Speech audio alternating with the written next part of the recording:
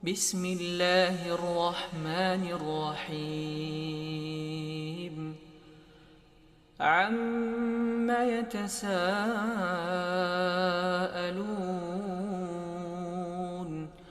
عن النبأ العظيم الذي هم فيه مختلفون كلا سيعلمون ثم كلا سيعلمون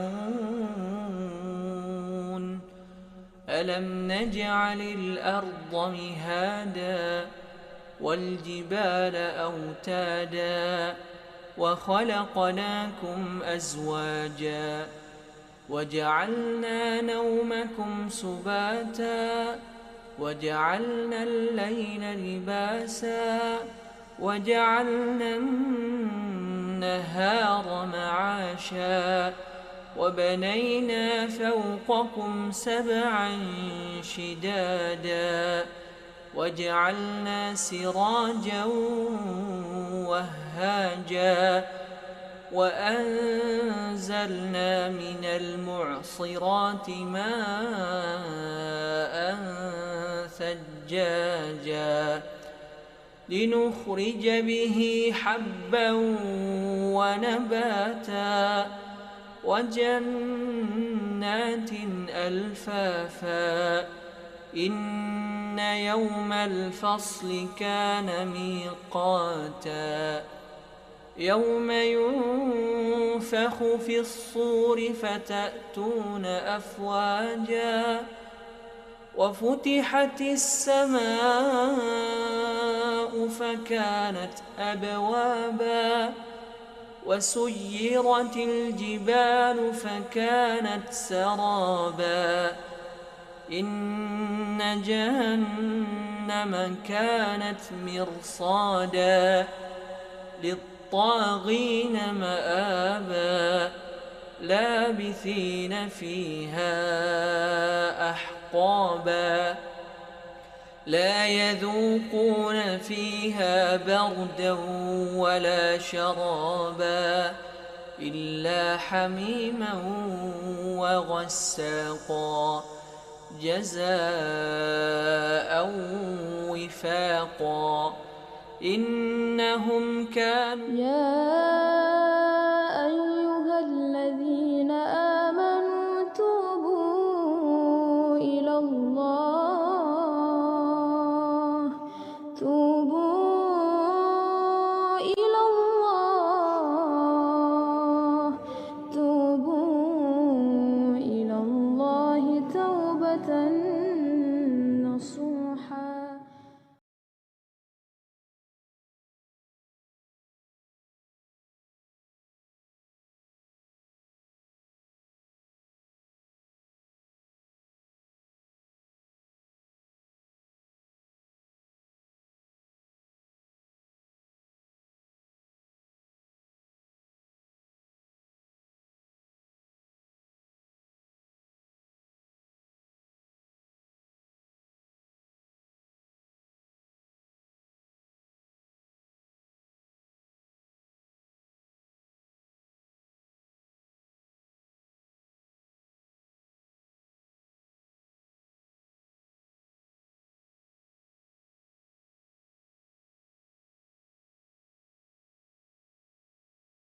Warahmatullahi wabarakatuh.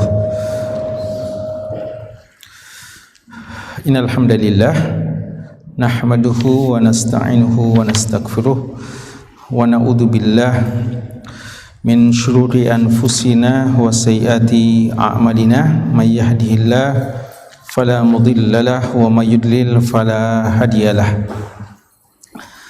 Wa asyhadu an la ilaha illallah wahdahu la syarikalah wa asyhadu anna Muhammadan abduhu wa rasuluh.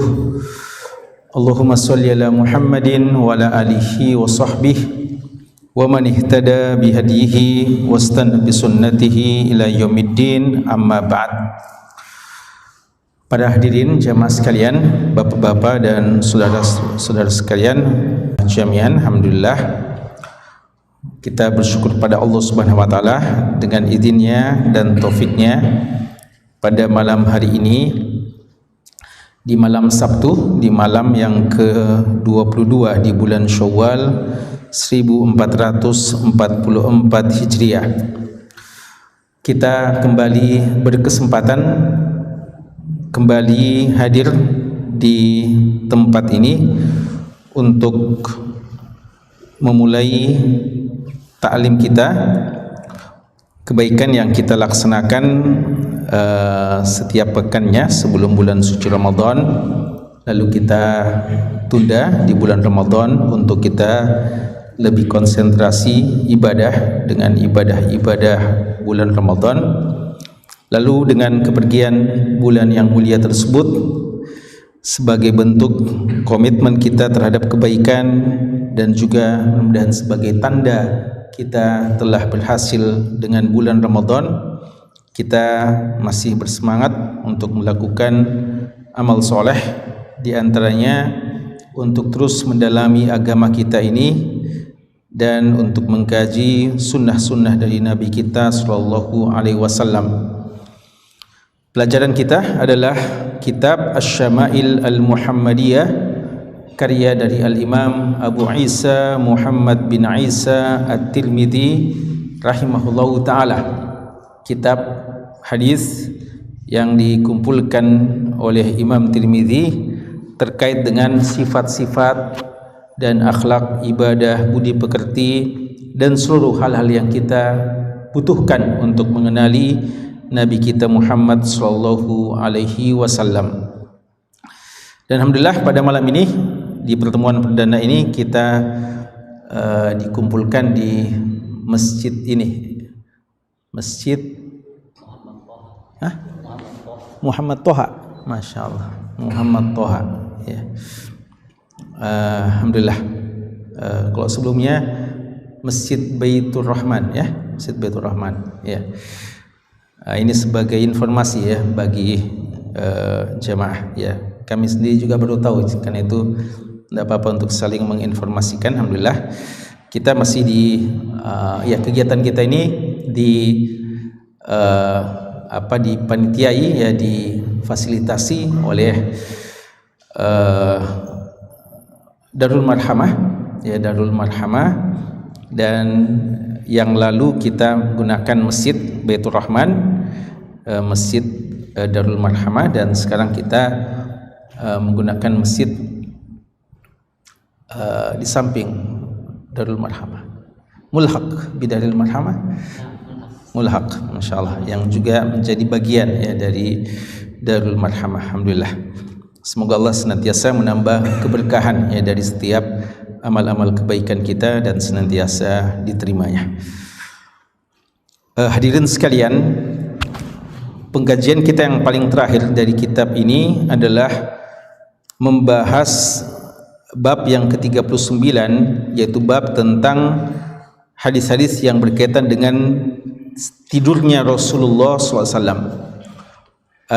Dan seharusnya pada pengkajian kita yang terakhir kita membahas bab yang ke-40. Namun waktu itu ya, menjelang bulan suci Ramadan, maka beberapa pertemuan atau 1-2 pertemuan kita manfaatkan untuk membahas secara khusus bab tentang sifat puasa Rasulullah sallallahu alaihi wasallam. Dan alhamdulillah kita telah selesaikan ya.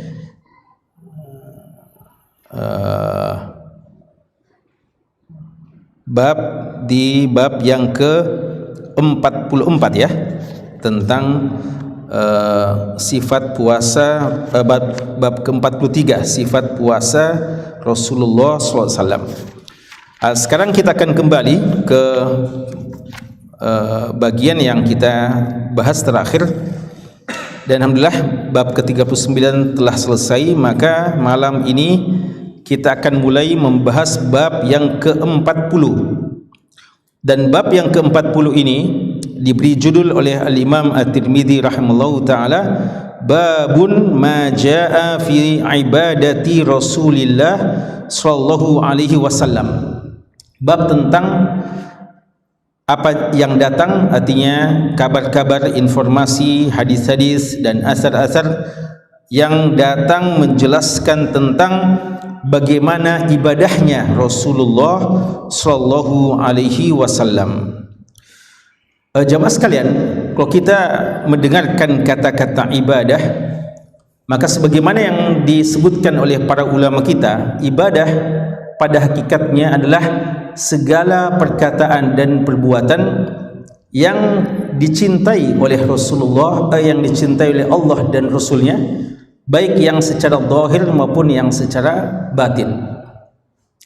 Itu semua adalah bagian ibadah. Ya, karena itu seorang muslim mampu untuk menjadikan seluruh kehidupannya ibadah di sisi Allah, karena dia menjadikan setiap perkataannya dan perbuatannya dicintai oleh Allah dan Rasulnya.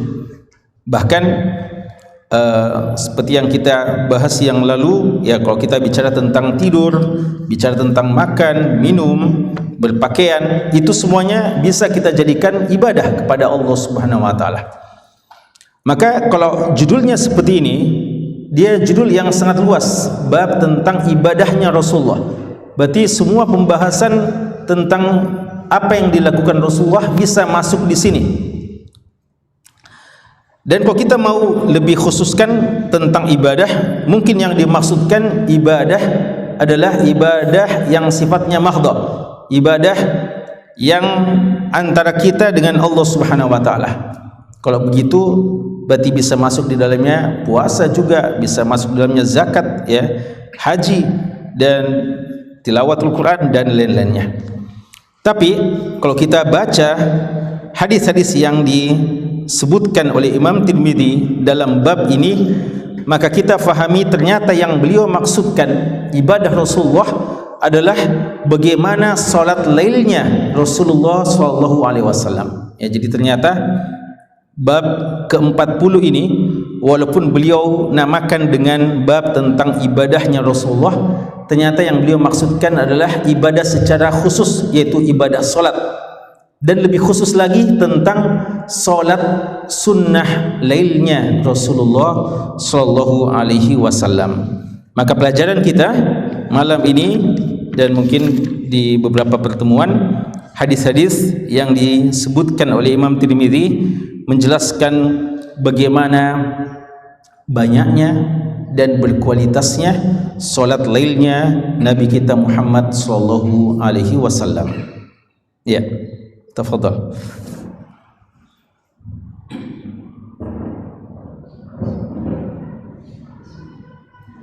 Alhamdulillah wa wassalatu wassalamu ala man la nabiyya ba'd. Kitab Asy-Syama'ilul Muhammadiyah lil Imam Abi Isa Muhammad bin Isa bin Sawat at-Tirmidzi rahimahullahu ta'ala rahmatan wasi'ah. Al-bab al-arba'un, bab ma jaa fi ibadati Rasulillah sallallahu alaihi wasallam. Al-hadits al-hadi wa sittuna wa mi'atan. Qala al-Imam At-Tirmidzi rahimahullahu ta'ala, haddatsana Qutaibah bin Sa'id wa Bishr bin Mu'adh qala haddatsana Abu Awanah an Ziyad bin Ilaqah عن المغيرة بن شعبة رضي الله عنه قال صلى رسول الله صلى الله عليه وسلم حتى انتفخت قدماه فقيل له أتتكلم هذا وقد غفر الله لك ما تقدم من ذنبك وما تأخر قال أفلا أكون عبدا شكورا.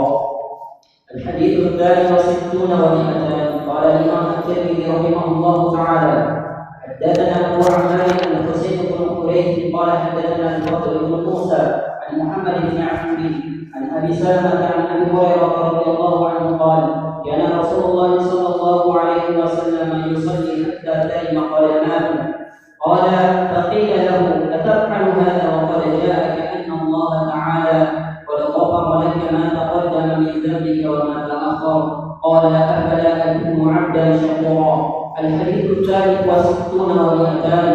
قال الإمام الترمذي رحمه الله تعالى حدثنا عيسى بن عثمان بن عيسى بن عبد الرحمن الرملي قال حدثنا عبد يحيى بن عيسى الرملي عن الأعمش عن أبي صالح عن أبي أبي هريرة رضي الله عنه قال كان رسول الله صلى الله عليه وسلم يقوم يصلي حتى تنتفخ قدماه فقيل له يا رسول الله تفعل هذا وقد غفر الله لك فقيل أو فيقال فقيل طيب فقيل له يا رسول الله تفعل هذا وقد غفر الله لك ما تقدم من ذنبك وما تأخر قال أفلا أكون عبدا شكورا.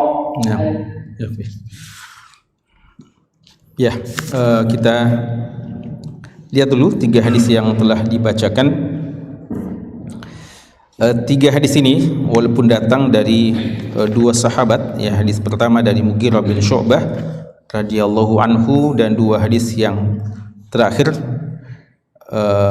dari Abu Hurairah radhiyallahu anhu, tapi membahas masalah yang sama terkait dengan salat lail Rasulullah sallallahu alaihi wasallam. Hadis yang pertama di bab ini atau hadis yang ke-261, ya, kita terjemahkan. Anil Mughirah bin Syu'bah, dari Mughirah bin Syu'bah radhiyallahu anhu qala, beliau mengatakan shalla Rasulullah sallallahu alaihi wasallam, Rasulullah sallallahu alaihi wasallam salat hatta intafakhat qadamahu, sampai bengkak kedua kakinya. Faqila lahu kama taqaddama min dhanbik wa ma ta'akhkhar, padahal Allah telah mengampuni dosamu yang telah lampau dan juga yang akan datang. Qal, beliau bersabda, afala akunu abdan syakura, apakah aku tidak ingin menjadi hamba yang bersyukur.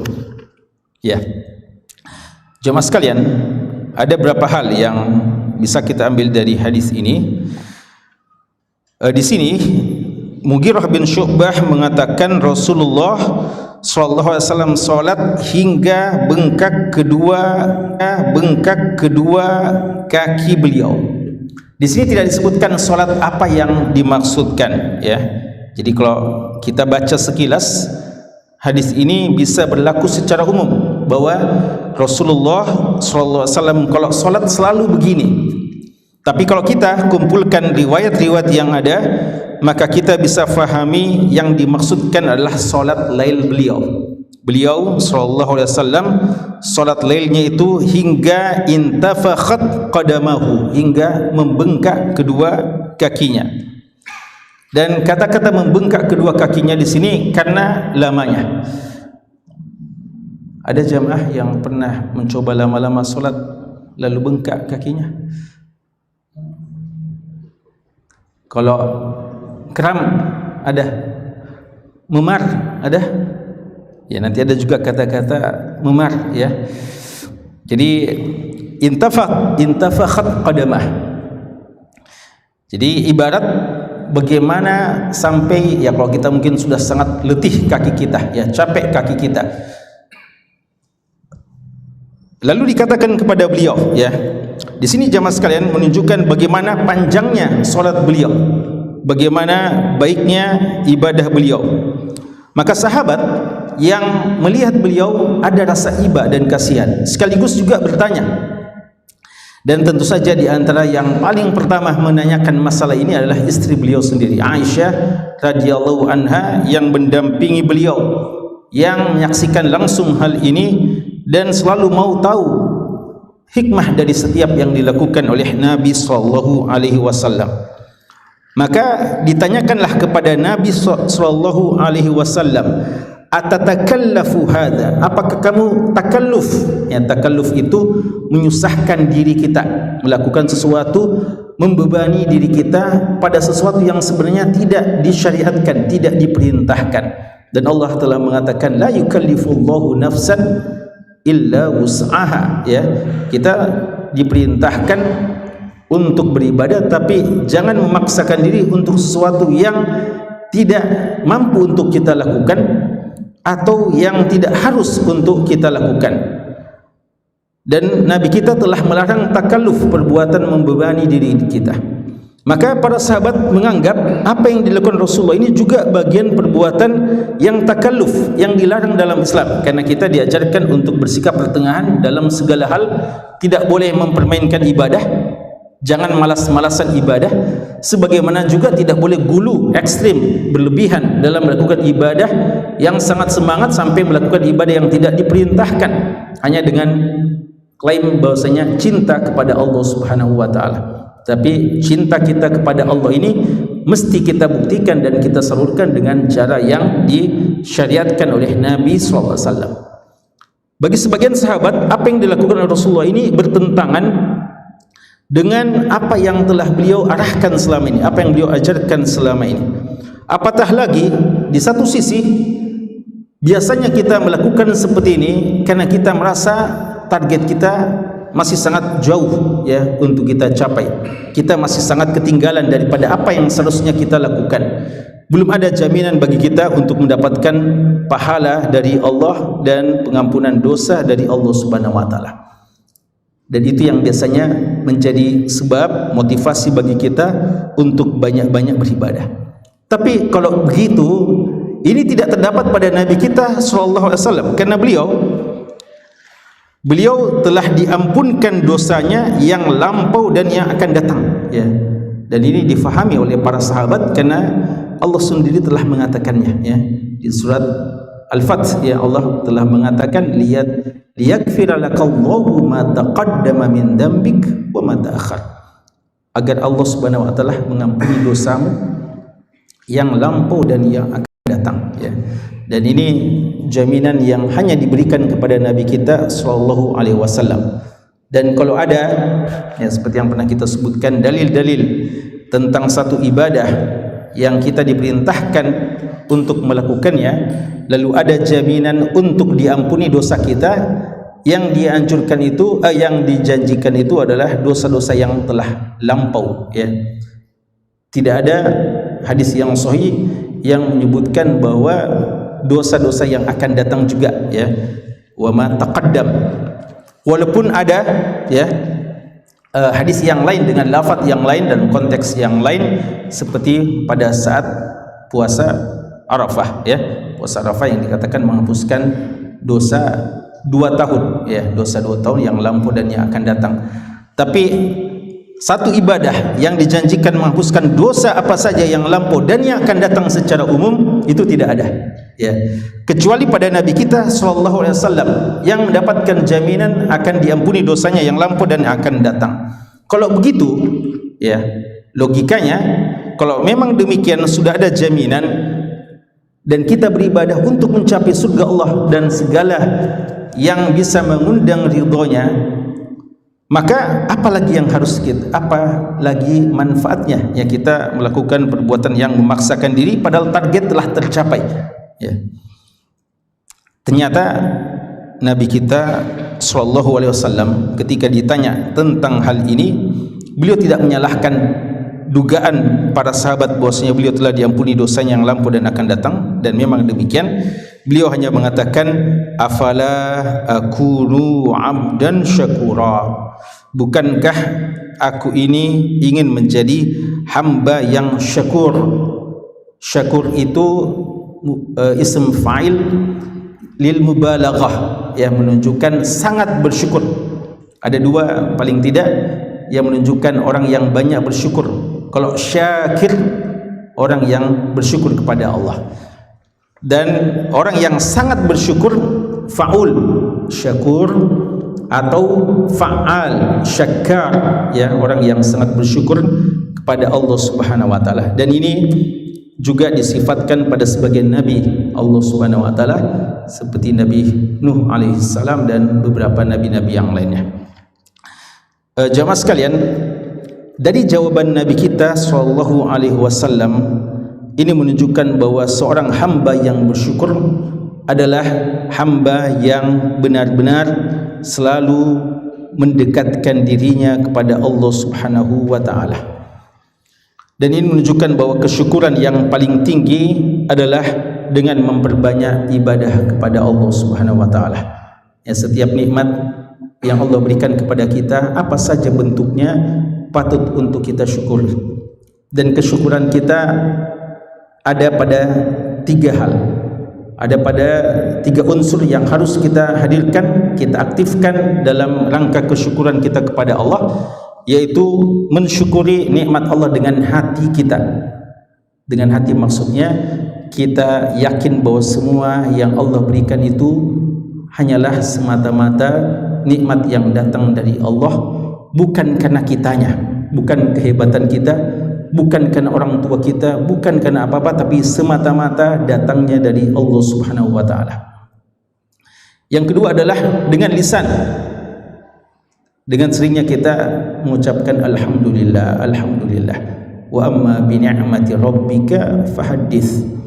Ya, kita selalu bersyukur kepada Allah, alhamdulillah. Bahkan seandainya ada sesuatu yang mungkin kurang kita sukai lalu terjadi pada diri kita, kita pun dianjurkan mengatakan alhamdulillahi ala kulli hal. Segala puji bagi Allah dalam segala keadaan, karena pasti ada hikmah di balik keputusan Allah Subhanahu wa taala. Namun kesyukuran yang dua ini boleh dikata menjadi konsumsi setiap hamba Allah Subhanahu wa taala. Umumnya hamba Allah Subhanahu wa taala bisa melakukan ini. Ada tingkatan yang ketiga, dan inilah tempatnya untuk kita berlomba-lomba menuju Allah Subhanahu wa taala, yaitu mensyukuri nikmat Allah dengan cara makin dekat kepada Allah, makin memperbanyak ibadah kepadanya, dan makin memperbaiki kualitas ibadah kita kepada Allah Subhanahu wa taala. Dan inilah yang Allah maksudkan ketika Allah menyebutkan nikmat-nikmat yang telah Allah berikan kepada Nabi Daud, Nabi Sulaiman dan keluarga beliau secara umum. Lalu Allah mengatakan i'malu ala Dawuda syukra. Beramallah wahai keluarga Daud sebagai bentuk syukur kepada Allah Subhanahu wa taala. Darinya ulama kita mengatakan tingkatan syukur yang paling tinggi adalah menambah kebaikan-kebaikan kita dengan memperbanyak ibadah kepada Allah Subhanahu wa taala. Dan ini menunjukkan rasa cinta, ya.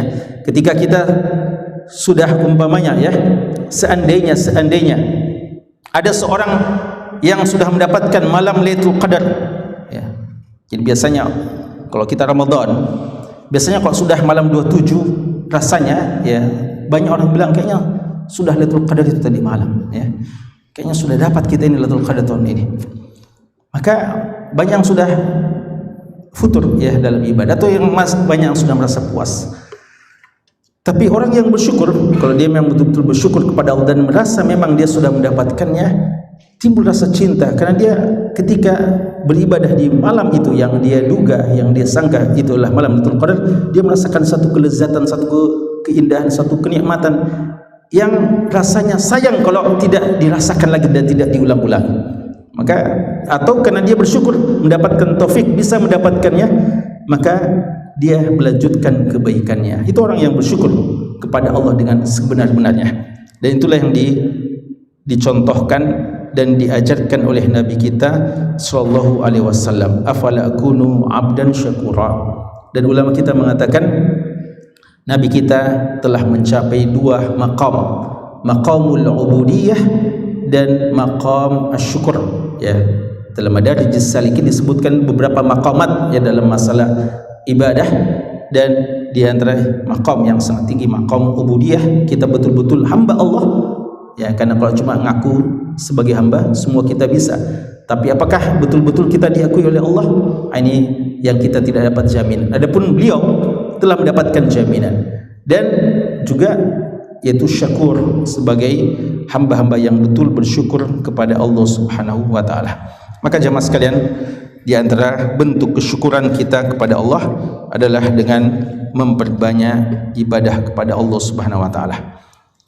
Kemudian di riwayat yang kedua, riwayat Abu Hurairah radhiyallahu anhu, hampir sama, dikatakan kana Rasulullah sallallahu alaihi wasallam yusolli hatta tarima qadamah, ya.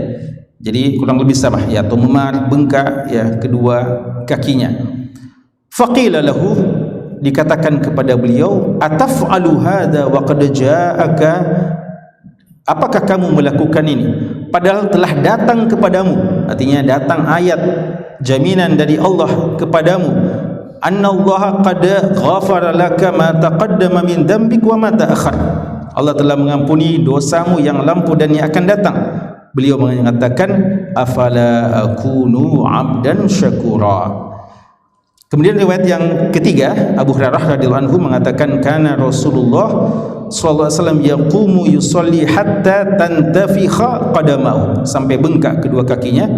Fayuqalu lahu, lalu dikatakan kepadanya, ya Rasulullah, wahai Rasulullah, taf'alu hadha, apakah kamu lakukan ini? Wa qad ghafarallahu laka ma taqaddama min dhanbik wa ma ta'akhkhar, padahal Allah telah mengampuni dosamu yang lampau dan yang akan datang. Qala afala akunu 'abdan syukura. Jamaah sekalian, ada satu catatan penting tentang masalah ini, yaitu masalah tanda kutip ya, memaksakan diri dalam ibadah kepada Allah Subhanahu wa taala. Kita sudah sebutkan agama kita menyuruh kita selalu bersikap pertengahan.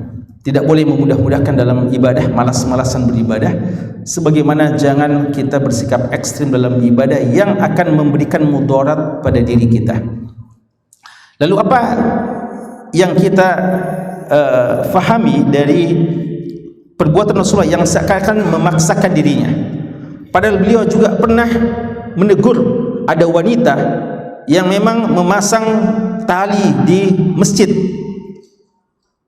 yang kalau dia capek lagi beribadah, ngantuk lagi, tali itu yang menahan dia untuk tertidur, lalu dia terus ibadah. Lalu Rasulullah ketika melihat yang seperti itu, beliau suruh untuk lepas talinya, dan Rasulullah menyuruh seseorang ibadah sesuai dengan kemampuannya dan tidak memaksakan dirinya. Bagaimana dengan pelarangan beliau dan teguran beliau kepada sebagian sahabat dan perbuatan beliau sendiri? Ya, ulama kita mengatakan bahwa bagi orang yang memang telah diberikan rasa cinta kepada Allah dalam masalah ibadah salat lail, maka hendaknya atau silahkan baginya melakukan yang seperti ini. Ya, karena Nabi kita memang telah mengatakan, wa ju'ilat qurratu 'ainin li fi shalah, telah dijadikan penyejuk mataku, pelipur laraku, penghibur diriku adalah salat. Ya, dan telah dijadikan kecintaan beliau adalah pada salat. Jadi memang beliau sangat cinta salat. Maka dalam rangka latihan-latihan, tapi dengan tidak memaksakan diri, dengan proses-proses latihan, ya memang untuk cinta ibadah semacam ini, salat lail, ya ibadah-ibadah yang semacam ini perlu ada proses mentarbiyah diri kita. Ya kita latih sehingga suatu saat bisa kita lakukan. Tapi kalau memaksakan diri pada tataran sudah berlebihan dari ibadah, ya dengan alasan ingin melakukan persis sama dengan Rasulullah, maka hal itu tidak dianjurkan. Wallahu a'lam. Ya.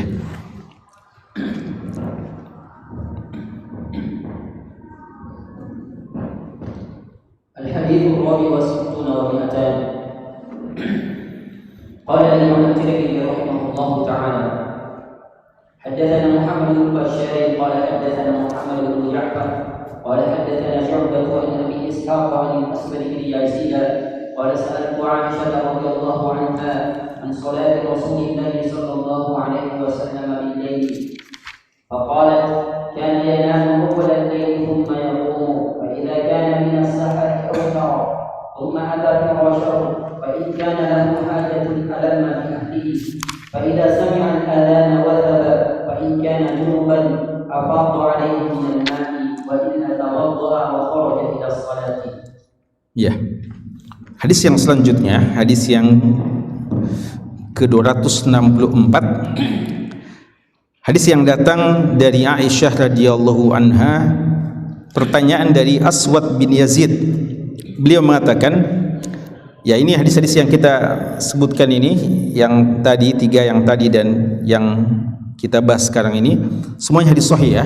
Karena itu kita tidak perlu membicarakan tentang sanadnya. Semua hadis sahih, bahkan diriwayatkan juga oleh Imam Bukhari dan Imam Muslim.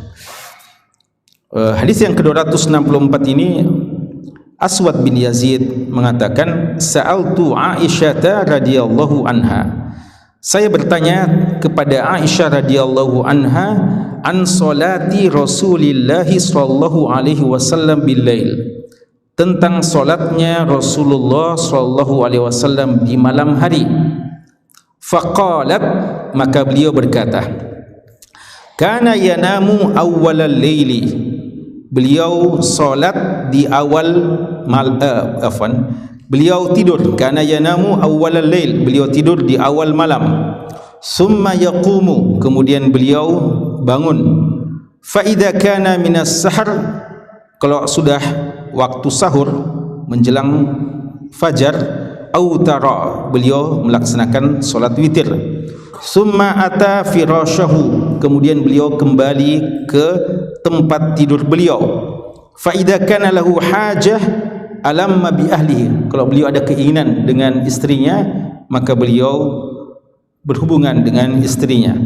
Fa idza sami'a al-azana, kalau beliau sudah mendengarkan azan subuh, wasaba, beliau bangkit, beliau lompat ya. Wasaba itu sebenarnya artinya lompat ya, bangkit. Fa in kana junuban, kalau beliau sementara junub, afadha alaihi minal ma, beliau mandi. Wa illah, kalau beliau tidak junub, tawaddaa, beliau berwuduk saja. Wa kharaja ila shalah, lalu beliau pergi melaksanakan solat subuh.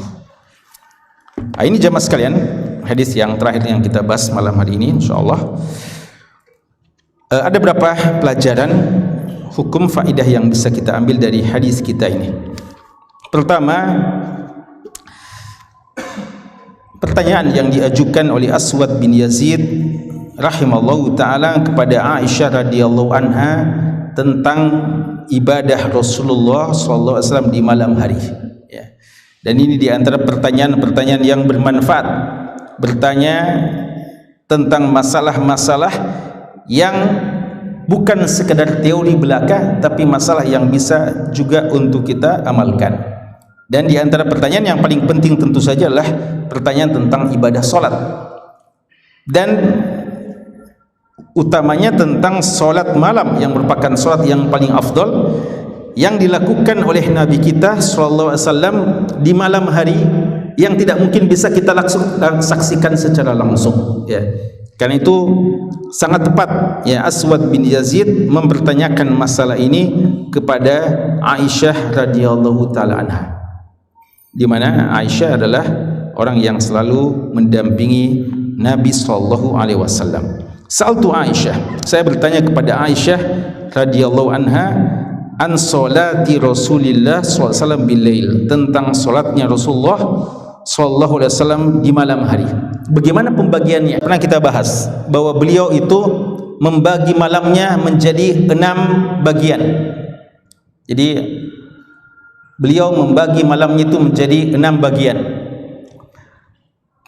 3/6-nya pertama, 3/6 pertama itu beliau tidur ya. Jadi sunnah Rasulullah SAW beliau tidur di awal malam ya, karena beliau tidak suka tidur ya, dan maksud dari tidur di awal malam setelah sholat isya ya, karena beliau tidak suka tidur sebelum sholat isya karena khawatir nanti tidak dapat sholat isya.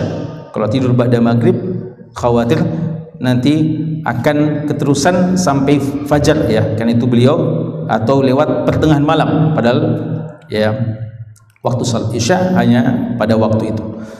Maka beliau tidak suka tidur sebelum salat isya, sebagaimana yang pernah juga kita bahas, beliau tidak suka berbicara setelah salat isya. Ba'da isya kalau tidak ada hal yang sangat darurat ya, dan setelah sedikit bercengkrama dengan istri beliau, beliau pilih untuk tidur. Ini kebiasaan yang kebanyakan ya, kadang ada saja waktu-waktu yang ada saja keadaan-keadaan yang beliau yang menjadikan beliau melakukan yang berbeda dengan rutinitas beliau ini. Tapi apa yang disebutkan ini ada di 2/6 terakhir, dan 1/6 yang terakhir beliau manfaatkan lagi untuk tidur. Dan ini cara solat yang dilakukan oleh Nabi Daud alaihissalam ya. Jadi Nabi kita tidak mencontohi puasa Nabi Daud. Nabi Daud puasa sehari tidak. Nabi kita tidak gitu. Nabi kita puasanya Senin Kamis, puasanya 3 hari dalam sebulan, dan kadang puasa beliau berhari-hari puasa sampai-sampai disangka tidak buka-buka. Lalu setelah buka sampai disangka tidak mau lagi puasa, ya. Jadi dalam masalah puasa beliau tidak sama dengan Nabi Daud alaihissalam, tapi beliau mengatakan puasa yang terbaik adalah puasanya Nabi Daud alaihissalam. Namun untuk solat lail beliau melakukan apa yang dicontohkan oleh Nabi Daud alaihissalam, di mana pada bagian awal, ya, jadi seperdua malam pertama beliau tidur, lalu seperdua malam terakhir beliau bagi tiga, ya. Jadi seperdua malam pertama itu telah dibagi tiga juga, ya, jadi bagi 6 semuanya. 2/3 untuk solat lail, dan 1/3 yang paling akhir beliau manfaatkan untuk istirahat lagi. Dan ini cara yang terbaik, karena biasanya orang kalau dia terus solat sampai menjelang waktu subuh masih segar, namun kadang dia mencapai puncak keletihannya, kantuknya datang pada waktu solat subuh, ya, sehingga solat subuhnya tidak berkualitas, padahal mungkin dia sudah begitu bagus solat lain. Dan ini tentu saja manhaj yang keliru, karena tidak boleh solat sunnah lebih kita utamakan daripada solat wajib, ya. Di sini dijelaskan bahwa beliau tidur pada awal malam, kemudian beliau bangun solat, dan kapan beliau berhenti? Ketika mulai waktu sahur. Yang mulai waktu sahur itu jadi 1/3 malam terakhir, yang sudah mau subuh, sudah menjelang subuh. Beliau ketika melihat sudah mau subuh, beliau witir. Dan ini pentingnya juga menjaga waktu atau selalu memperhatikan waktu, ya. Jadi jangan ada sebagian orang pokoknya sholat dulu, ya, sholat dulu, nanti berhenti kok, oh ternyata azan, ya. Padahal enggak gitu sunnahnya. Sunnahnya kita selalu awas, hati-hati, lihat sudah mau azan atau tidak, ya. Makanya beliau pernah mengatakan, kalau kita khasyya ahadukumul witr falyusalli wahida. Kalau sudah mau witir, khawatir sudah mau sholat subuh, ya, sudah mau azan subuh, khawatir tidak bisa lagi dapat witir yang lengkap 3 rakaat, ya, maka minimal 1 rakaat. Beliau witir ketika menjelang sholat subuh. Setelah itu masih ada waktu, belum azan ini, belum azan subuh, beliau kembali dulu ke pembaringannya, firasyahu. Dan pada saat itu kadang beliau ingin tidur, dan kadang sebelum istirahat masih ada kesempatan untuk menggauli istrinya, ya. Jadi beliau sallallahu alaihi wasallam, ya, biasa, ya, kalau beliau bangun setelah tidur, bangun, Aisyah radhiyallahu anha atau istri beliau bilang, jangan dulu bangun, ya, kita masih mau lama-lama bersama kamu wahai Rasulullah. Dan Rasulullah bilang, ya sudah, habis masa tidur, sekarang sholat dulu. Tapi beliau berikan jatah nanti di 1/3 malam terakhir, di 1/3 malam terakhir, ya, di bagian akhirnya. Sehingga ketika selesai sholat lail, beliau menggauli istrinya. Ya, ini mungkin, ya, beliau kalau sudah sholat mungkin tambah kuat, ya, masya Allah, ya. Maka beliau manfaatkan untuk mendatangi istrinya. Alamma bi ahlihi, mendatangi istrinya ini, ya, menggauli istrinya, entah sampai, ya, melakukan jima atau paling tidak bercengkrama, bercumbu dengan istrinya. Fa idza sami'a al-adzan, ya, tapi khusus sekalian, ya, ketika jadi bisa sambil baring-baring dengan, ya, keluarganya. Lalu jika telah azan dikumandangkan, beliau tidak, ya, lama-lama, ya, wasaba, lompat, ya, lompat artinya cepat bangun, ya. Biasa kan ada orang, ya, dikatakan ini orang kuat, tapi biar bantalnya dia tidak bisa angkat, ya, susah sekali dia bangun. Kok bangun sholat subuh, azan sudah dikumandangkan, sudah selesai as-sholatu khairum minan naum, susah sekali dia melangkahkan kakinya, atau susah sekali dia mengangkat tubuh. Kalau di sini diibaratkan dengan wasabah, ya, sampai dikatakan lompat, cepat beliau bangun. Fa in kana junuban, nah, kalau tadi karena sudah berhubungan dengan istri, kalau sudah junub, kalau ini sudah bergaul, ya, bercumbu atau sampai jima dan junub, maka beliau mandi. Dan ini menunjukkan bolehnya, ya, bolehnya seseorang menunda mandi janabahnya walaupun waktu sholat subuh sudah masuk, termasuk ketika dia dalam keadaan berpuasa, ya. Jadi dia sudah sahur, lalu dia niat puasa besok, ya, lalu dia menggauli istrinya sebelum waktu subuh, dan setelah masuk waktu subuh dia belum mandi, masih dalam keadaan junub, sah puasanya, tetap bisa dia berpuasa ya. Jadi yang tidak boleh adalah ketika adzan dikumandangkan dia masih melakukan itu, ini yang tidak boleh ya, mesti berhenti ya. Tapi ya susah,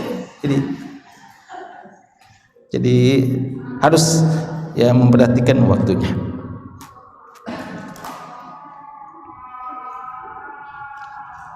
Wa illa tawaddo ya, dan kadang hanya butuh wudu ya. Ini tentu saja jika dia bersama dengan istrinya tidak sampai membutuhkan mandi, artinya tidak sampai junub. Setelah itu khawaskan wa kharaja ila shalah. Tentu saja ya, yang seperti ini adalah contoh dari Nabi kita sallallahu alaihi wasallam. Tapi catatan penting ya, ini contoh dari seorang imam yang ditunggu oleh jamaah ya, imam yang ditunggu oleh jamaah. Maka kita sebagai makmum perlu lebih cepat ya, karena sunnah Rasulullah sallallahu alaihi wasallam kalau beliau sudah masuk ke masjid, qomat dikumandangkan ya, qomat dikumandangkan, sehingga beliau kadang azan dikumandangkan masih di rumahnya, azan dikumandangkan masih di rumahnya. Salat subuh adzan dikumandangkan masih di rumahnya karena dekat rumahnya dan memang dia imam yang ditunggu ya. Adapun kita ya, kalau kita bukan imam, apatah kalau rumah kita agak jauh, maka jangan pakai perhitungan yang seperti ini ya. Termasuk di dalamnya jangan kita ya salat sunnah di rumah kita ya, karena dikhawatirkan kalau salat sunnah di rumah kita tidak mendapatkan salat di soft pertama umpamanya ya, salat di soft pertama. Sebaiknya salat-salat sunnah kita itu kita kerjakan salat sunnah ba'diyah di rumah. Adapun salat sunnah qabliyah sebaiknya di masjid, karena kita bisa mendapatkan dua hal, yaitu kita bisa tetap kita melaksanakan salat sunnah walaupun kurang afdal karena di masjid, tapi kita bisa berada di soft yang terbaik, dan juga kita bisa memanfaatkan untuk berdoa kepada Allah Subhanahu wa taala dan menunggu waktu salat. Dan menunggu waktu salat, masa menunggu ini juga adalah kita dihitung sebagai orang yang sudah melakukan salat ya. Maka ini ini adab-adab yang harus diperhatikan untuk kita sebagai makmum. Adapun yang dilakukan Rasulullah ini sebagai status beliau sebagai seorang imam untuk salat jamaah. Wallahu ta'ala alam. Masih ada beberapa hadis-hadis yang terkait dengan bab ini, insyaallah kita akan lanjutkan pada pertemuan berikutnya. Sallallahu alaihi Muhammad wa alihi wasallam. Walhamdulillahi rabbil alamin. Ya